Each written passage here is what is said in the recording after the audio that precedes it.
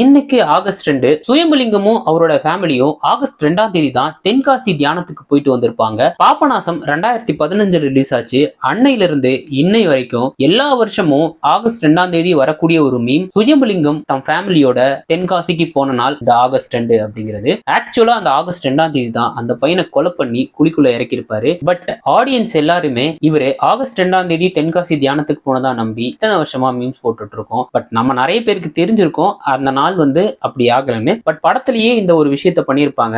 August 4ஆம் தேதி இவங்க தென்காசிக்கு டிராவல் ஆகி வழியில பாக்குற எல்லார்கிட்டயுமே ஆகஸ்ட் 2ஆம் தேதி நாங்க தென்காசி தியானத்துக்கு வந்தோம், ஆகஸ்ட் 2ஆம் தேதி நாங்க தென்காசி தியானத்துக்கு வந்தோம்னு பாக்குறவங்க எல்லார்கிட்டயும் சொல்லுவாங்க. அது அவங்க மூளையில பதிஞ்சு போலீஸ் இன்வெஸ்டிகேஷன்ல எல்லாரும் அப்படி சொல்லுவாங்க. அதே மாதிரி தான் ஆடியன்ஸும் அவங்க மூலையிலும் ஆகஸ்ட் 2ஆம் தேதி சுயம்பலிங்கமும் அவங்க ஃபேமிலியும் தென்காசிக்கு போனதா நம்பிக்கிட்டு இருக்காங்க இன்னைக்கு வரைக்கும். அட இதெல்லாம் ஒரு விஷயமாடா, ஏன்டா இதை பேசிட்டு இருக்கேன்னா எனக்கு வேற கண்டென்ட் கிடைக்கலங்கய்யா. மறக்காம சர்ப்ரைஸ் பண்ணுங்க.